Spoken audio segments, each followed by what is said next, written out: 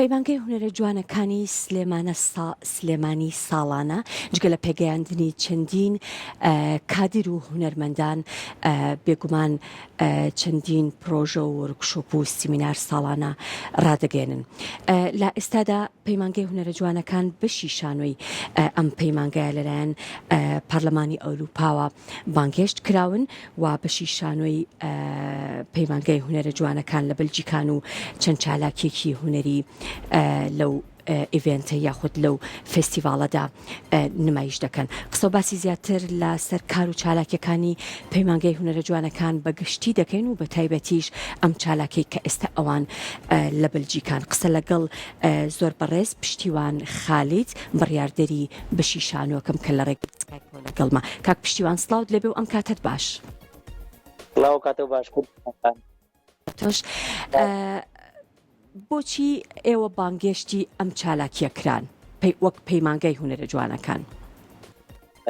سواز بۆ خۆت باش زانی پەیمانگەی هونەرە جوانەکان کە بە پەیمانگەی دایکراوە لە کە پەرتلاکترین پەیمانگایە لە سەرباسی عێراق و لە کوردستانیش خۆشبەخت بۆ ساڵ پەیمانگای هونەرە جوانەکان پیشتاندۆ لەلایەن پەرلەمانی ئەوروپا گەشتکرا بۆ وەی کۆمەڵە لە نێو پەرلەمانی ئەوروپا پێشکەش بکات لەگەڵ هەر یەک لە ئۆسپانیا لەگەڵ وڵات بڕیار بوو شاری پێشتن ئیڤێنتە بەکار بێت زۆر بداخەوە ئەوانەیان ئامادە بن، بەڵام خۆشبەختانە ئێمە لێ لە ئێستا پەرلەمانی ئەوروپاوە بڕیارە پاشکەمێکی بە نمایش. زۆر باشە. ئەو نمایشەی کە ئامادەتان کردووە نمایشەکە ناوی چییە و نووسینی کێ دەقیقەیە و ئەو نمایشە لێرە پێشتر ئامادە کرابوو نمایش نەکراوەیان کارێکە پێشتر لە شاری سلێمانی نمایش کراوە ئێستا ئێوە کارتان بۆ کردوێتەوە جارێکی تر لەوێ نمایشەکەن؟ نمایشە هیچ ئامادەکرابوو پێشتر لەلایەن خاتمانی یەکێکە لە هۆڵندێکن ئێستا ئەم جۆرە نمایشەکانەی ڕێپۆرتاژیە لەگەڵ هەرچی لەگەڵ ئێمە لە کوردستان لەگەڵ ئۆکراین لەگەڵ فەڵەستین هەرێکە و باسی تەشکیلۆ بوو ئەو ناهەمەتیانەی ئەو وڵاتە کەوتێنە ناو پەرلەمانی ئەوروپا و ڕووی ئەندام پەرلەمانەکان دەگەڕێتەوە بە شێوازی شانۆی ڕێپۆرتاژی. ئەمە جۆرێکی جیاواز لە شانۆی پێشتر لەسەر شەقە کراوە بە شانۆی ڕێپۆرتاژی. شانۆی ڕێپۆرتاژی زیاتر ئەبێ فۆکەسەکە لەسەر چلایەنێک بێ بۆ نمونە ئەو بابەتانەی کە ئێوە بێگومان کورد ئەزانین با بڵێن چیرۆکی زۆر کاریگەری هەیە و مەینەتی زۆری هەیە بۆ ئەوی کە بتوانێت چەنەها کاری لەسەر بکات، بەڵام ئەو بابەتە یاخود ئەو چیرۆکانی کە ئێوە زیاتر فۆکەستان خستۆتە سەری و ئەتانەوێ لە ڕێگەی ئەم کارە شانۆییەوە کە وەکو خۆت باس ئاماژت پێکرد بە شێوەیەکی جیاواز نمایشەکرێ و پیشانە درێت زیاتر بابەتەکان لەسەر چین و چۆن ڕاوێشتان کردو بۆ ئەوی کە بگەنە ئەوەی کە ئەو بابەتە لەوێ نمایش بکەن؟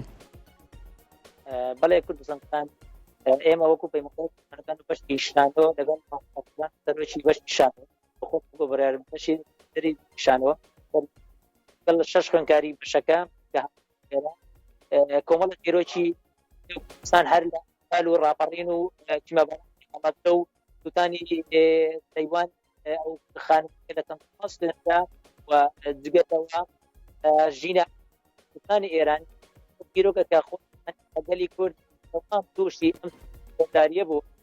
ئێمە دێن هەموو ڕوبەڕووی پەرلەمانەکانی یەکێتی ئەوروپا وەقوفیان ئێمە ئاوا گەشتونێت ئەنی کە تا ئێستا دەوڵەتێکی سەر بەخۆ هەموو نەهامەتی و ئەم هەموو کێشەیە پێشکەش ئەکرێت. بەڵێ بە چ زمانێک پێشکەش ئەکرێت؟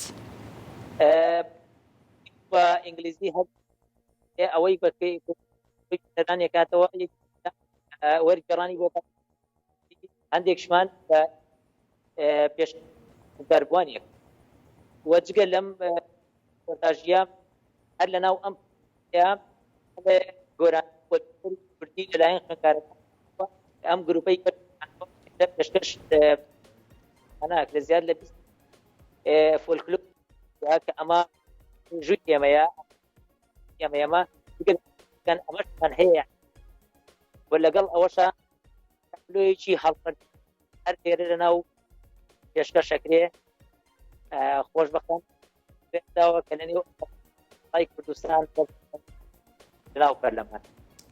زۆر باشە، تا ئێستا ئامادەی هیچ کارێکی تر بوویت لەو چالاکیانە یاخود ئەو وڵاتانەی تر کە بەشدارن لەو چالاکیە وەک ئێوە ئەوانیش بە هەمان شێوە بابەتەکانیان باس لە کێشەکانی خۆیان یاخود ئەو نەهامەتیانن کە بەسەر وڵاتەکانیان هاتووە و شانۆی ڕێپۆرتاژین ئەوانیش؟ بەڵێ بەڵێ وەکو ئێمە دەتوانین کە باتی کۆ کردەوە هەم کوردستان هەم فەڵەستین ئەو بۆ خۆی مێژووی کوردە زیاد لە کوردستانەوە هاتوچۆ ئەکات ئەو وڵاتانەی هاتوچۆکات بۆ کە چەند وڵاتە هەم ئێمە لە ئێستا تووشی ئەکرێت لەن چیرۆکەکان ینی بۆ خۆت باش ئێستاش ژێر بۆیان واتە ڕۆژە لە لەمان لە پرۆڤداین و ئەوە جۆرەکانی کوان کلتورەکانی شامان کلتورەکان گەڕایەوە بۆ چەشمنی ئەوروپا بە نزیک هەشت ئەو کاتە پەرلەمان بۆ ئامادەبووانەوە پێشکەش بکرێت ئێواری ناو پەرلەمان لێرە بچووکتر هەر ناو پەرلەمان دووبارە کۆمەڵە سەرەکیمان یەکمان کرد لێرە باسی مێژووی کوردمان بەڵێ و ئێمە تاستەر. زۆر باشە، دەستەکانت خۆش بێ. سوپاس کە لە ڕێگەی سکایپۆ لەگەڵم بووی. زۆر بەڕێز پشتیوان خالیت بڕیاردەری بەشی شانۆی پەیمانگای هونەرە جوانەکان.